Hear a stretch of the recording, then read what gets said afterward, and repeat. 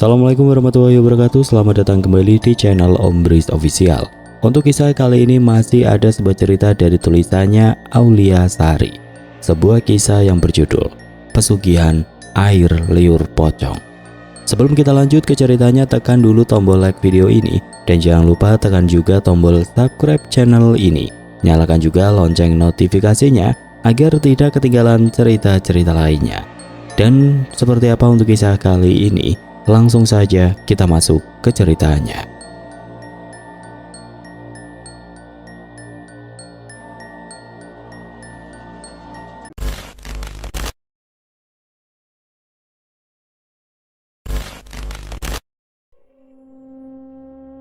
Siang itu Raka, seorang mahasiswa di sebuah universitas swasta di Jakarta, baru saja pulang dari kuliah.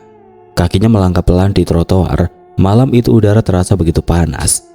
Angin berembus pelan, kaki Raka tiba-tiba berhenti di depan sebuah warung makan sederhana.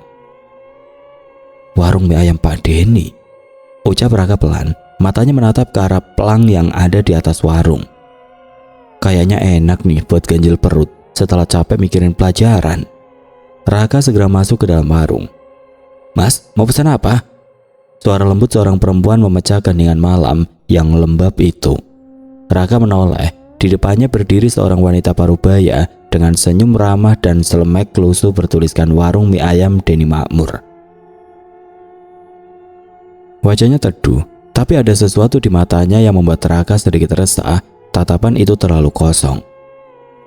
Satu porsi mie ayam, Bu," jawab Raka singkat. Raka menatap sekeliling. Warung kecil itu ramai, padahal sudah hampir pukul 11. Semua meja masih terlihat penuh. Orang-orang makan dengan lahap tanpa bicara, hanya suara seruput dan sendok beradu dengan mangkuk. "Silakan duduk di sana ya Mas, nanti saya antar," kata wanita itu yang belakangan diketahui bernama Bu Rina. Raka duduk di pojok, di dekat dinding bambu. Di atasnya lampu bohlam kuning bergoyang pelan menebar cahaya redup. Aroma mie ayam yang gurih bercampur dengan wangi kemenyan samar. Tidak biasa, pikirnya, warung makan tapi bau menyan. Raka membuka catatan kecilnya. Hari ini seharusnya ia hanya mencari referensi untuk penelitian tentang kuliner tradisional. Tapi semua orang di kota kecil ini bilang satu hal yang sama. Kalau mau rasa mie ayam yang bikin ketagihan, datanglah ke warung Pak Denny. Dari dapur terdengar suara laki-laki bersiul kecil, diikuti dentingan panci. Raka melirik ke arah tirai kain yang memisahkan ruang makan dan dapur. Di balik tirai itu, tampak bayangan tubuh besar bergerak pelan, seperti menunduk dan mengangkat sesuatu. Ia mengira itu pasti Pak Denny. Namun udara tiba-tiba berubah dingin. Angin malam seolah masuk dari celah bambu, membuat bulu kuduknya berdiri. Raka menatap pelanggan di meja seberang, seorang bapak tua, dua remaja dan sepasang muda-mudi. Anehnya wajah mereka tampak pucat, dan mata mereka seperti tidak fokus menatap kosong ke mangkuk masing-masing. "Masnya dari luar kota ya?" tanya Bu Rina meletakkan semangkuk mie ayam di depannya. Iya Bu, lagi riset makanan daerah." "Wah, pas banget, mie ayam kami ini terkenal Mas, banyak pelanggan dari luar kota juga," katanya sambil tersenyum lebar, tapi senyum itu terasa kaku. "Rahasianya ada bahan khusus yang bikin gurih, tapi itu rahasia dapur ya." Ia tertawa kecil, tapi tawanya terhenti tiba-tiba, seperti ada sesuatu di pikirannya. Raka ikut tertawa sopan. "Oh iya, saya pernah dengar warung ibu buka sampai tengah malam ya?" Bu Rina mengangguk. "Rezeki jangan ditolak Mas, selama ada yang mau makan kami layani." Bu Rina menatap mangkuk Raka. "Ayo dicoba dulu, mumpung masih panas." Raka menunduk. Kuah kuning kecoklatan itu tampak menggoda, tapi entah kenapa di matanya kuah itu beriak, seperti bernafas, dan saat itu juga indera keenamnya terbuka. Tiba-tiba suara hiruk-pikuk warung menghilang, yang tersisa hanyalah desis halus, seperti suara tanah yang digali. Ia menatap dapur. Tirai bambu itu bergerak sendiri. Dari baliknya muncul sosok putih kotor, terbungkus kain kafan lusuh, yang meneteskan cairan hitam dari bagian dagunya. Pocong. Tubuh Raka menegang, nafasnya tercekat. Ia tidak bisa berpaling. Pocong itu melompat ke arah panci besar, menunduk, lalu meludah ke dalamnya. Air liur hitam itu menetes pelan membuat suara di permukaan kuah mie. Setiap kali Bu Rina mengambil porsi untuk pelanggan, pocong itu bergerak mendekat ke mangkuk, meneteskan air liurnya ke atas mie yang mengepul. Pelanggan tidak menyadari apapun, mereka justru tersenyum lebar setelah menyuap mie itu, seolah mendapat kenikmatan aneh.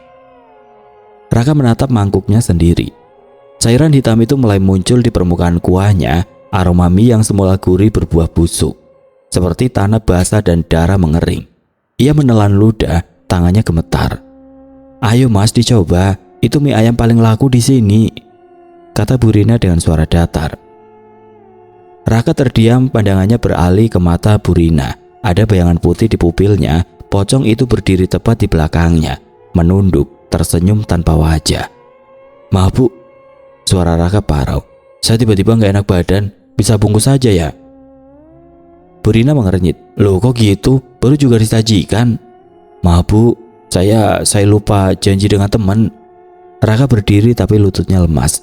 Pocong itu kini berada di ujung meja, menatapnya tanpa mata. Raka mencoba melangkah, tapi tiap langkah seperti diseret oleh udara berat. Pelanggan lain masih makan dengan tenang, seolah tidak melihat apapun. Tapi di telinga Raka terdengar desis suara parau. "Mereka makan dariku, kau kenapa tidak?" Raka menutup telinga, menunduk dan berlari keluar. "Mas, uangnya belum dibayar," teriak Bu Rina. Di luar udara malam menusuk kulit. Raka berlari hingga ke gang kecil di belakang warung, nafasnya tersengal. Raka memegangi perutnya yang mual, lalu muntah hebat. Cairan yang keluar berwarna kehijauan dan berbau seperti tanah kuburan basah. Raka memegangi dinding. Tubuhnya gemetar. Dari kejauhan terdengar suara sendok beradu lagi. Suara pelanggan tertawa pelan, tapi entah mengapa kini terdengar seperti isak tangis. Raka menoleh ke arah warung. Dari balik jendela bambu yang terbuka sedikit, tampak sosok pocong itu berdiri diam. Kain kafannya kotor berlendir, kepalanya miring, dan dari mulutnya yang sobek menetes cairan hitam. Sosok itu menatap Raka lama, sebelum kepalanya bergerak pelan ke kanan dan kiri seperti memberi peringatan. Raka membeku. Hawa dingin menjalar dari ujung kaki sampai kepala. Ia menutup matanya rapat, merapal doa yang bisa ia ingat. Ketika dibuka lagi, warung nampak biasa. Tidak ada sosok di jendela, tapi lampu bohlam di atas warung kini berkedip-kedip seperti hampir padam. Raka berbalik pergi dengan langkah cepat. Namun setiap kali ia melangkah menjauh, tercium samar aroma yang membuat perutnya bergejolak lagi. Bau tanah basah bercampur amis darah dan di belakangnya suara lirih yang nyaris tidak terdengar berbisik. "Kenapa kau tidak makan makanan itu?" Raka adalah seorang mahasiswa di sebuah universitas ternama. Untuk menyelesaikan tugas terakhirnya sebagai seorang mahasiswa, Raka diminta untuk melakukan riset tentang kuliner di daerah-daerah. Selama ini Raka merupakan sosok pemuda yang pendiam dan tertutup. Semua itu ia lakukan untuk menutupi kelebihannya, yaitu memiliki indera keenam. Raka yang dulu masih kecil memang sedikit kesulitan untuk menerima kelebihannya, melihat banyak sosok dengan berbagai bentuk dan kondisi. Namun semakin hari dirinya semakin bisa menerima apa yang menjadi kelebihannya itu, terutama di usianya yang sudah dewasa seperti sekarang. Sore itu Raka yang pulang dari kuliah memutuskan untuk mendatangi lagi warung mie ayam Pak Denny. Sosok pocong yang ada di dalam warung itu rupanya telah membuat rasa penasaran di dalam benak Raka tumbuh. Namun hari ini dia tidak menemui Pak Denny, melainkan mencari informasi dari para pedagang yang ada di sekitar warung. 1 jam berlalu, kini Raka sudah berdiri di seberang jalan warung Pak Denny. Setelah beberapa saat mengamati dari kejauhan, Raka memutuskan untuk masuk ke dalam sebuah warung kopi kecil yang ada tepat di hadapan warung mie ayam Pak Denny. "Pak, teh hangat 1," ucap Raka sambil langsung duduk di sebuah kursi kayu panjang. Suara kursi kayu berderit panjang saat Raka duduk di atasnya. Matanya sesekali masih memandang warung mie ayam Pak Denny yang masih ramai pengunjung. Bahkan dari kejauhan Raka masih bisa melihat sosok pocong itu melompat ke meja-meja pelanggan untuk meneteskan air liurnya. "Monggo Mas." Pak Wirya pemilik warung meletakkan teh hangat di atas meja kayu. "Terima kasih Pak," ucap Raka sambil tersenyum tipis. "Oh ya Pak, apa warung itu udah lama buka ya?" "Lama Mas, dulu waktu saya masih kuat buka warung sampai tengah malam, warung itu sepi, paling 2-3 orang. Tapi semenjak mereka tutup selama beberapa bulan, warung itu langsung rame. Raka menatapinya dalam-dalam. Tutup? Jadi warung itu pernah tutup? Pak Wiryo mengangguk. Suaranya menurun. Iya pernah. Kalau nggak salah mereka pulang kampung selama 6 atau 7 bulan lah. Nah, saat mereka buka kembali, warung itu langsung rame. Bapak dengar dari beberapa pembelinya rasa mie di warung itu berubah. Lebih gurih, lebih enak. Tapi Pak Wiryo menunduk menyalakan rokok.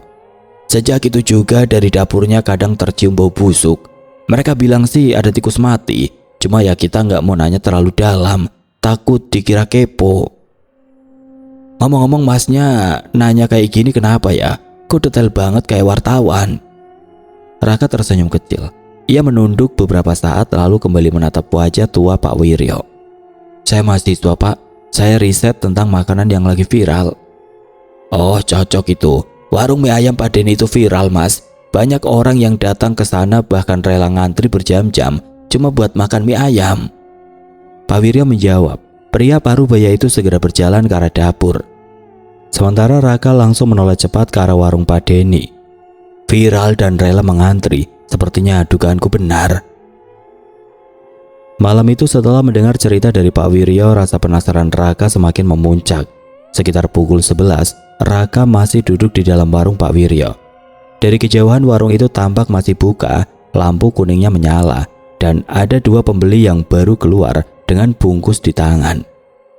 Raka menunggu sampai benar-benar sepi, lalu menyusup lewat gang samping. Bau rebusan ayam dan kecap manis tercium kuat, tapi di baliknya ada aroma lain tanah basah bercampur menyan.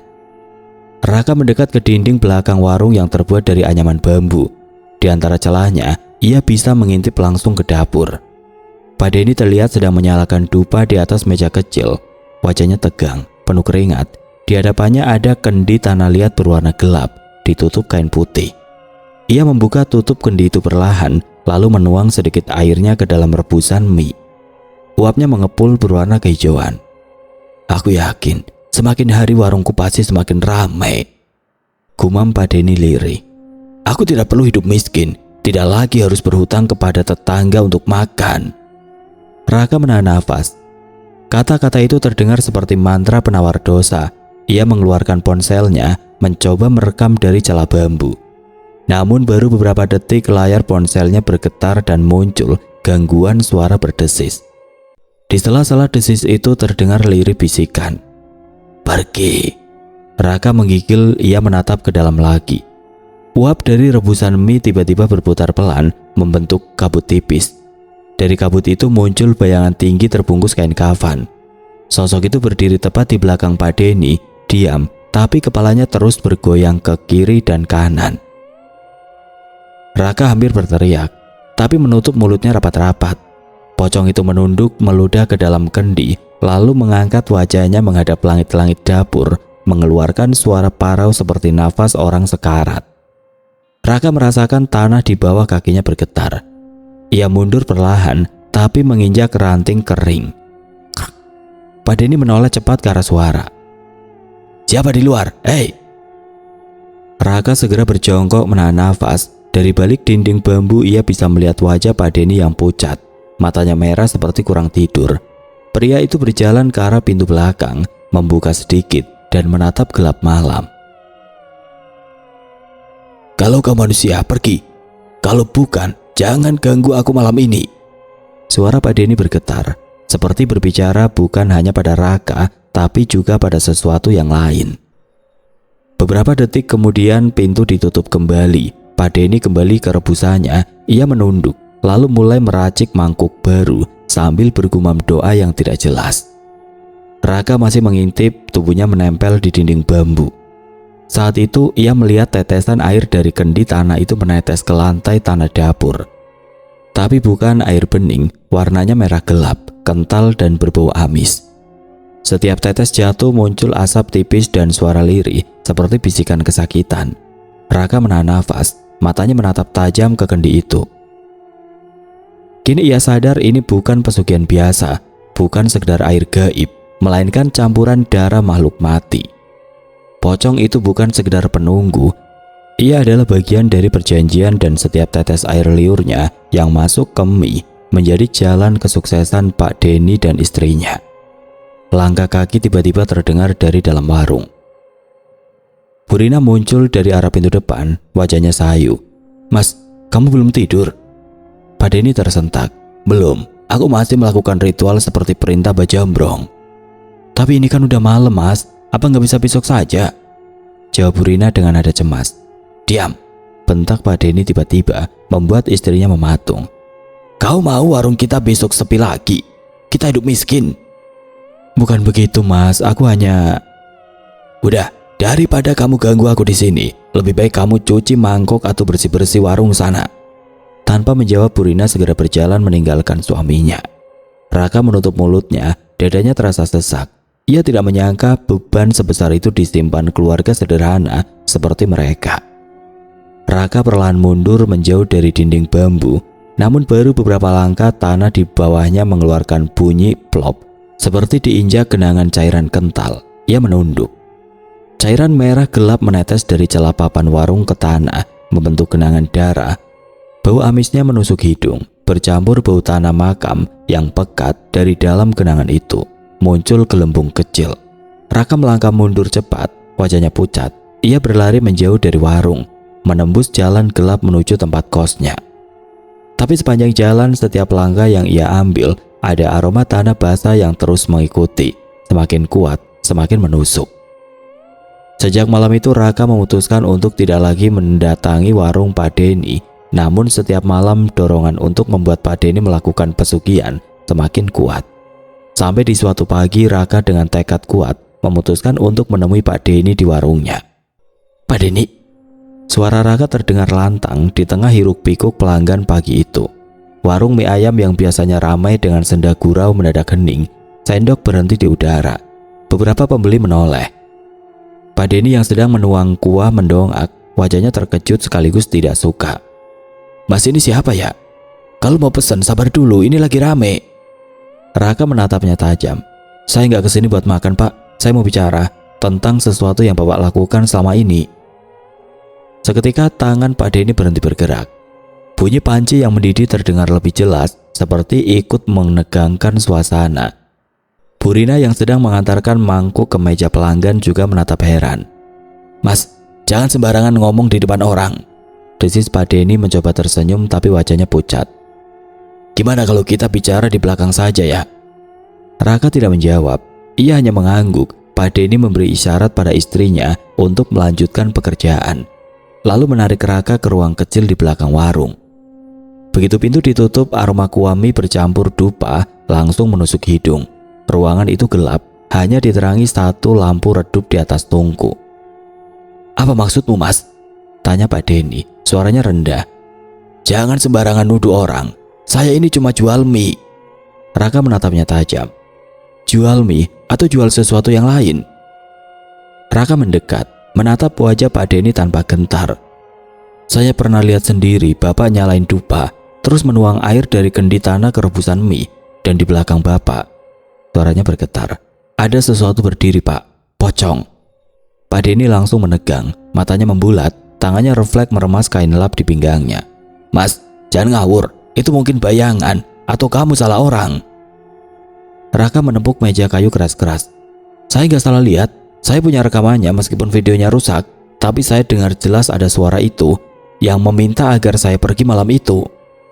Pak Denny mundur satu langkah, wajahnya berkeringat, nafasnya berat. Di luar, suara pelanggan samar-samar masih terdengar, tapi ruangan itu kini seolah terpisah dari dunia luar. Raka melanjutkan dengan nada lebih pelan. "Pak, saya tahu Bapak orang baik. Tapi ini bukan cara yang benar. Apa yang sebenarnya terjadi? Tolong jujur." Beberapa detik hening, hanya suara kuah mendidih dari dapur terdengar seperti bisikan. Akhirnya Pak Denny menunduk. Baunya bergetar. "Mas, kamu gak ngerti. Aku cuma pengen anakku sembuh. Dulu dia sakit keras, butuh operasi. Aku gak punya apa-apa. Warung ini hampir tutup. Aku udah nyoba pinjem ke bank, ke saudara. Gak ada yang mau bantu." Raka diam mendengarkan. Sampai suatu malam, kami akhirnya memutuskan untuk menemui seseorang dukun tua di kampung, namanya Ki Jambrong. Katanya dia bisa bantu asal aku berani. Aku bodoh, aku nurut. Pak Denny berjalan ke pojok dapur, menarik kain yang menutupi kendi tanah berwarna gelap. Dari dalamnya masih menetes sedikit air berbau anyir. Dia bilang ini air dari kubur orang yang mati bunuh diri. Air liur pocong yang diambil waktu tengah malam. Ditampung di kendi ini.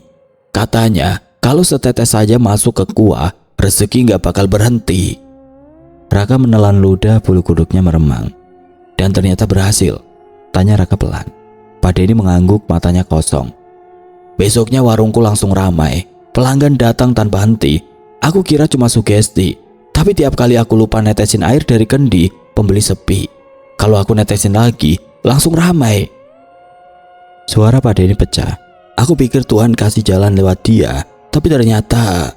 Pak Denny menutup wajahnya, baunya bergetar hebat. Mulai bulan kedua, istriku Rina sering terbangun malam-malam. Katanya dengar suara orang menangis di dapur. Kadang dia lihat bayangan putih duduk di atas panci. Aku gak percaya sampai aku sendiri yang lihat. Raka menghela nafas berat. Pocong itu datang menagih, Pak. Bapak sadar gak? Pesugihan ini bukan cuma tentang uang. Ada tumbalnya. Pak Denny menatapnya tajam. Tumbal? Raka mengangguk. Iya, setiap pesugihan butuh pengganti. Biasanya kalau bukan pelaku yang diambil, orang terdekatnya. Bapak pernah kehilangan sesuatu akhir-akhir ini? Wajah Pak Denny memucat. Ia terdiam lama, lalu menjawab dengan suara bergetar. Anakku, belakangan makin lemah. Sakitnya kambuh lagi. Dokter bilang gak ada sebab jelas. Badannya dingin terus. Dan tiap malam dia mimpi ketemu orang dibungkus kain putih yang bilang mau dijemput. Raka mengepalkan tangan. Itu peringatan, Pak. Pocong itu menagih jiwanya. Pak Denny terisak. Mas, aku gak sanggup kehilangan anakku. Aku udah salah besar, tapi aku juga gak tahu cara berhenti. Ruangan itu jadi semakin berat. Lampu kecil di atas tungku berkedip beberapa kali. Suara air mendidih berubah jadi gemuruh pelan. Seperti ada sesuatu mengaduk dari dalam panci. Raka menatap kendi di meja. Pak, kendi itu harus dimusnahkan. Kalau masih disimpan, dia gak akan pergi. Pak Denny langsung geleng cepat. Jangan, Ki Jamrong bilang kalau kendi itu dipecah tanpa izin, yang ditagih langsung nyawa anakku. Raka menatapnya dalam-dalam. Kalau gitu bapak mau terus begini? Anak makin lemah, warung dikuasai arwah. Sampai kapan? Suasana seketika hening. Bu Rina menangis pelan, menunduk di bahu suaminya. Pak Denny memejamkan mata. Aku takut, Mas. Tapi aku gak mau terus hidup dalam ketakutan juga. Raka mendekat dan berkata tegas. Saya bantu, Pak. Tapi bapak harus mau tobat. Harus berani melepaskan itu semua. Kalau enggak, semua akan diambil satu persatu. Pak Denny menatapnya lama, lalu mengangguk pelan. Air matanya menetes. Baik, Mas, aku mau. Tolong aku, tolong keluarga aku. Tiba-tiba kendi di meja bergetar sendiri. Bunyi retakan halus terdengar. Air hitam menetes ke lantai. 2 hari sejak pembicaraan pagi itu, tepat di hari Kamis malam Jumat Kliwon, Raka kembali mendatangi warung Pak Denny. Pak Denny, malam ini bapak yakin mau lanjut? Suara Raka terdengar pelan tapi mantap. Mereka berdiri di depan warung yang sudah gelap total. Udara malam terasa lembab. Angin membawa aroma tanah basah dan wangi dupa yang samar. Pak Denny menelan ludah. Aku takut, Mas. Tapi kalau nggak diselesaikan sekarang, aku takut dia datang sendiri nyari anakku. Di belakangnya Bu Rina menunduk, memeluk tasbih kecil. Wajahnya pucat. Raka mengangguk pelan. Begitu kita mulai, jangan mundur. Apapun yang terjadi, jangan lepas dari bacaannya. Ia mengeluarkan sebotol air doa dan segenggam garam.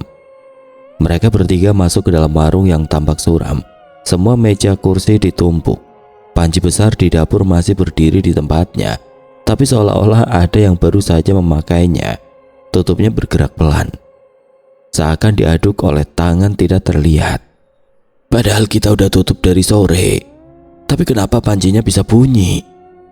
Raka melangkah pelan, matanya menyapu seluruh ruangan. Dia sudah di sini, Pak, dari tadi. Tiba-tiba dari arah belakang terdengar suara cekikikan pelan. Bu Rina spontan memeluk suaminya. Pak, itu suara apa? Suara itu berubah jadi tawa kecil. Makin lama makin nyaring.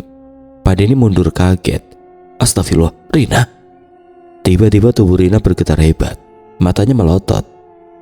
Lalu tubuhnya jatuh tersungkur. Ia merangkak, lalu tertawa keras. Suara tawanya bukan milik manusia. Kalian mau lawan? Kalian pikir bisa lepas? Raka cepat menempelkan tangan ke kepala Bu Rina.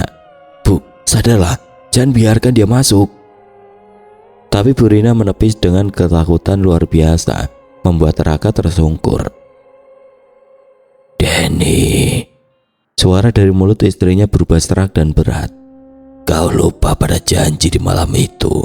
Kau bersujud di tanah kubur, menjilat liurku demi rezeki. Sekarang waktunya kau bayar. Pak Denny gemetar. Ampun, aku hilaf. Aku mau taubat. Jangan ganggu keluargaku lagi. Tiba-tiba lampu di warung berkedip. Tutup panci terlempar ke lantai. Dari dalam panci asap hitam mengepul. Lalu perlahan muncul sosok pocong kain kafanya lusuh. Tubuhnya basah seolah baru diangkat dari kubur. Dari lubang matanya menetes cairan hitam pekat. Raka merasakan udara berubah dingin menusuk. Tangannya gemetar, tapi ia tetap berdiri di depan Pak Denny dan Bu Rina. Dengan nama Allah yang Maha Kuasa, ia mulai membaca doa dengan suara lantang. Pocong itu bergerak mendekat, melompat perlahan-lahan. Setiap kali ia mendarat, lantai bergetar pelan. Sendok dan mangkuk di rak ikut berdering. Mas, dia marah. Suara Pak Denny gemetar. Aku tahu, jawab Raka cepat. Terus baca istighfar, jangan berhenti. Namun Bu Rina masih kerasukan. Ia menunjuk pocong itu sambil tertawa. Itu Tuanku, dia yang kasih makan kita. Dia yang bikin semua orang datang ke warung ini. Raka mendekat menatap Bu Rina tajam. Bukan, dia cuma menipu kalian dengan rasa enak dari air liur kematian. Pocong itu berhenti di depan meja kayu. Suaranya serak, seperti udara keluar dari tenggorokan kosong. Aku cuma menepati janji. Setiap mangkuk adalah persembahan. Setiap tetes air liur rezeki. Raka mundur satu langkah, tapi tetap berani menatapnya. Rezeki dari kubur bukan rezeki, tapi laknat. Pocong itu menundukkan wajahnya, meneteskan cairan hitam ke mangkuk kosong. Mangkuk itu bergetar sendiri, lalu dari dalamnya terdengar suara rintihan, seperti orang menangis minta tolong. Pak Denny berlutut menangis. Aku mohon, lepaskan kami. Aku sudah nyesel. Suara pocong itu semakin keras. Kau makan dari liurku, kau hidup dari najisku. Sekarang kau ingin suci. Bu Rina tiba-tiba menjerit keras, lalu ambruk. Tubuhnya kejang, matanya putih semua. Raka berlari dan menahan kepalanya. Ibu, istighfar bu. Jangan biarkan dia ambil tubuh ibu sepenuhnya. Suara angin bergemuruh. Tirai warung berkibar hebat meski semua pintu tertutup rapat. Satu persatu mangkuk di meja jatuh dan pecah. Raka meraih air doa dari botol dan menyiramkannya ke arah pocong. Air itu berubah jadi uap hitam begitu menyentuh kain kafan. Pocong berteriak melengking. Suaranya seperti 100 orang menjerit bersamaan. Namun detik berikutnya tubuh Raka terasa berat. Kakinya tidak bisa digerakkan. Ia menatap ke bawah dan melihat tanah di lantai berubah lembek seperti lumpur kubur. Mencoba menariknya ke bawah. Mas Raka, teriak Pak Denny panik. Berusaha menarik tangan Raka, tapi gagal. Pocong itu mendekat, langkahnya pelan, namun pasti. Udara di sekitar mereka membeku. Raka mengertakkan gigi. Aku gak akan kalah. Ia mengangkat tangannya yang gemetar dan membaca doa lebih cepat, lebih keras. Namun setiap ayat keluar dari mulutnya, pocong itu semakin mendekat. Dari jarak hanya sejengkal wajahnya tampak jelas mata kosong, mulutnya sobek hingga ke telinga. Dari situ menetes air liur hitam yang menetes ke pipi Raka. Raka ingin mundur tapi tubuhnya terkunci. Pocong itu membungkuk, mendekat ke telinganya dan berbisik dengan suara berat dan basah. Kau tidak bisa hentikan yang sudah disepakati dengan liur dan tanah. Raka menutup mata membaca kalimat terakhir dengan sisa tenaga. La ilaha illallah. Tiba-tiba semua lampu padam, warung tenggelam dalam kegelapan. Suara benda pecah, angin dan tawa serak memenuhi ruangan. Kemudian suasana seketika hening. begitu hening hingga detak jantung Raka terdengar sendiri. Saat lampu menyala kembali, pocong itu sudah lenyap, hanya tersisa jejak air hitam di lantai, mengarah ke kendi yang bergetar di pojok dapur. Purina masih terbaring pingsan, wajahnya tenang tapi pucat. Pak Denny terduduk lemas di sampingnya, menangis tanpa suara. Raka menatap kendi itu dengan nafas tersengal. Besok malam, kendi itu harus dipecahkan. Malam itu Raka kembali datang dengan ditemani oleh Ustadz Rahman. Ustadz, ini warung yang saya ceritakan kemarin. Ustadz Rahman, pria tua berwajah teduh dengan jubah putih, melangkah masuk bersama Raka. Ia berhenti di tengah-tengah ruangan, menatap sekeliling dengan tajam. Tempat ini berat. Bau tanah makam masih menempel di udara. Raka mengangguk. Malam ini kita harus akhiri semuanya, Ustadz. Kendi pesugihan masih di dapur. Pak Denny menatap lantai, air matanya menetes. Saya sudah siap, apapun yang terjadi nanti. Purina di sampingnya menunduk, menggenggam tasbih erat-erat. Ustadz Rahman mengeluarkan Al-Quran kecil dari tasnya. Kalau kalian benar-benar ingin taubat, jangan ada niat mundur. Setan akan menggoda di saat terakhir. Ketiganya mengangguk mantap, meski wajah mereka jelas ketakutan. Ustadz mulai membaca doa perlahan, suaranya rendah tapi bergetar. Setiap kata seperti mengguncang udara. A'udzubillahi minasyaitonirrajim. Bismillahirrahmanirrahim. Angin lembut berembus dari arah dapur, membawa aroma anyir bercampur wangi dupa yang menyengat. Raka menatap ke arah itu. Dia sudah tahu kita mulai. Tiba-tiba, klak, panci besar di atas tungku bergerak sendiri.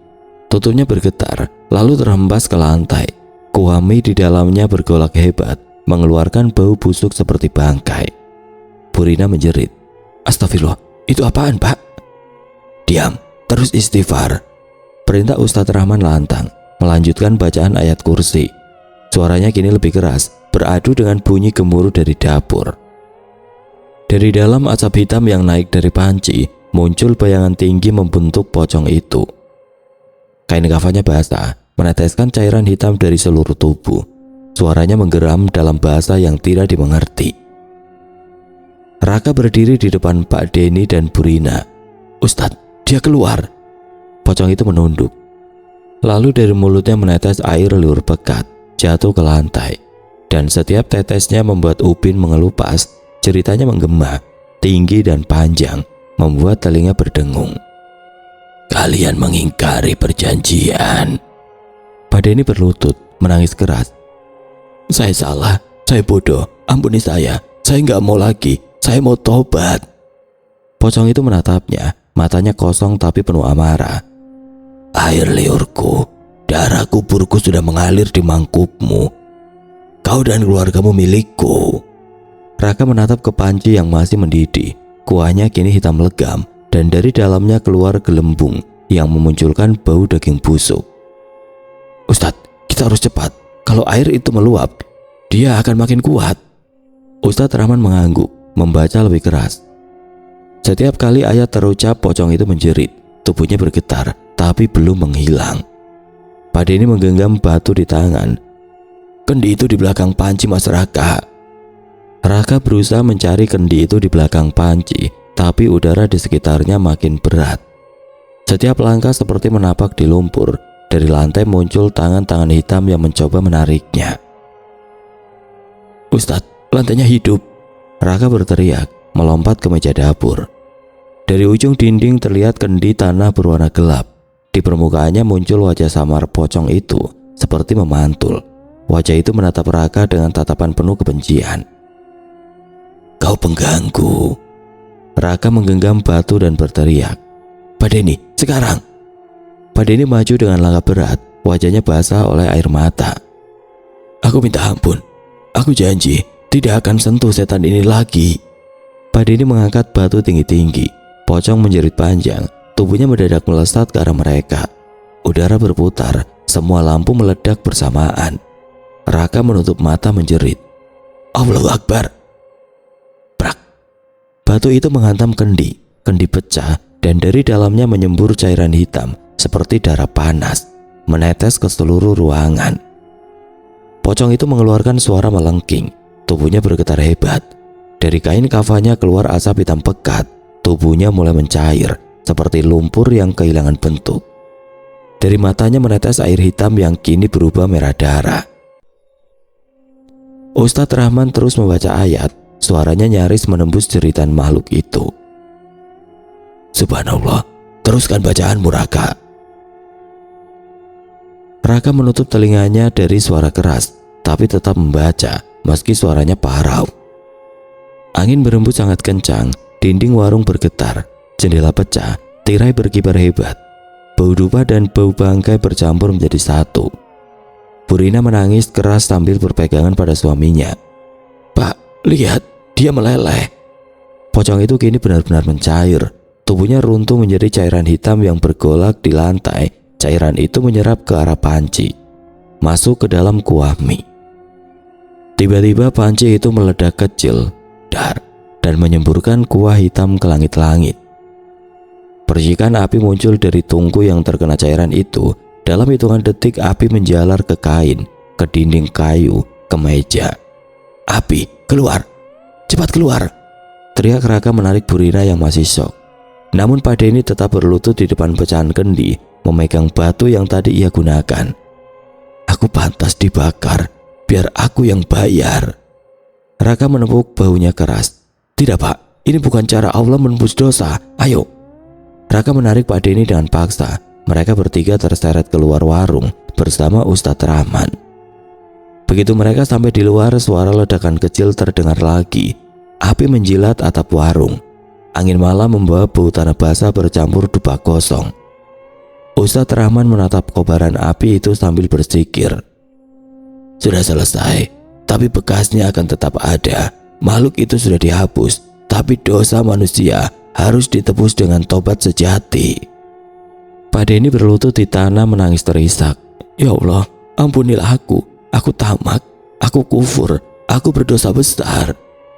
Burina memeluk suaminya dari belakang ikut menangis. Raka berdiri sedikit jauh, nafasnya tersegal. Tubuhnya gemetar. Ia menatap api yang kini mulai padam diterpa hujan ringan yang tiba-tiba turun. Dia pergi, Ustadz? Tanya Raka lirih. Ustadz Rahman menatap langit. Tidak sepenuhnya pergi. Ia kembali ke tempat asalnya, tapi bau tanah ini akan lama hilang. Tiba-tiba Raka merasa pandangannya kabur. Tubuhnya lemas, suara gemuruh hujan semakin jauh. Lalu semuanya gelap. Mas Raka, teriak Pak Denny panik, berlari menghampirinya. Raka sempat membuka mata sedikit di balik asap. Ia melihat bayangan pocong di antara api. Tapi kali ini sosok itu diam, tidak marah, hanya menatap dengan wajah tenang, lalu memudar bersama embun dan setelah itu gelap total. Beberapa warga yang ada di sekitar tempat kejadian langsung berlari mendekat. Sebagian membantu memadamkan api, sebagian yang lain hanya melihat dari kejauhan. Sejak malam itu Pak Denny dan Burina memutuskan untuk menutup warung mereka untuk sementara waktu. 7 bulan berlalu, Burina dan Pak Denny kini memulai kehidupan baru mereka dengan bersedekah dan mendekatkan diri kepada Allah. Mas Raka, tolong taruh nasi bungkus itu di meja depan ya. Suara Burina terdengar lembut, tapi wajahnya tampak lelah. Ia menata mangkuk-mangkuk logam berisi sayur dan lauk sederhana di atas meja panjang di teras masjid. Raka tersenyum kecil. Iya Bu, ini udah 20 bungkus, masih ada 30 lagi di belakang. Pak Denny keluar dari dapur membawa panci besar berisi sayur asem. Alhamdulillah, warga makin banyak yang datang. Kalau dulu warung kita penuh buat cari untung, sekarang penuh buat sedekah. Ia tertawa kecil, tapi ada getir yang tidak bisa disembunyikan. Burina memandangnya sekilas. Yang penting semua ini halal, gak ada lagi air kotor itu. Suaranya menurun, seolah takut menyebut sesuatu yang pernah menghantui mereka.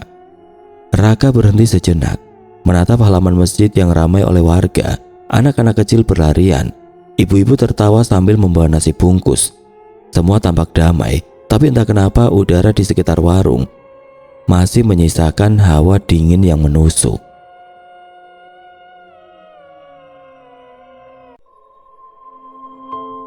Oke teman-teman, sekian untuk kisah kali ini. Bagaimana menurut kalian tentang kisah ini? Tulis komentar kalian di kolom komentar. Dan buat teman-teman yang baru bergabung, jangan lupa untuk like, komen, share, serta subscribe channel ini. Dan nyalakan juga lonceng notifikasinya agar tidak ketinggalan cerita-cerita lainnya. Dan seperti apa untuk kisah kali ini? Langsung saja kita masuk ke ceritanya.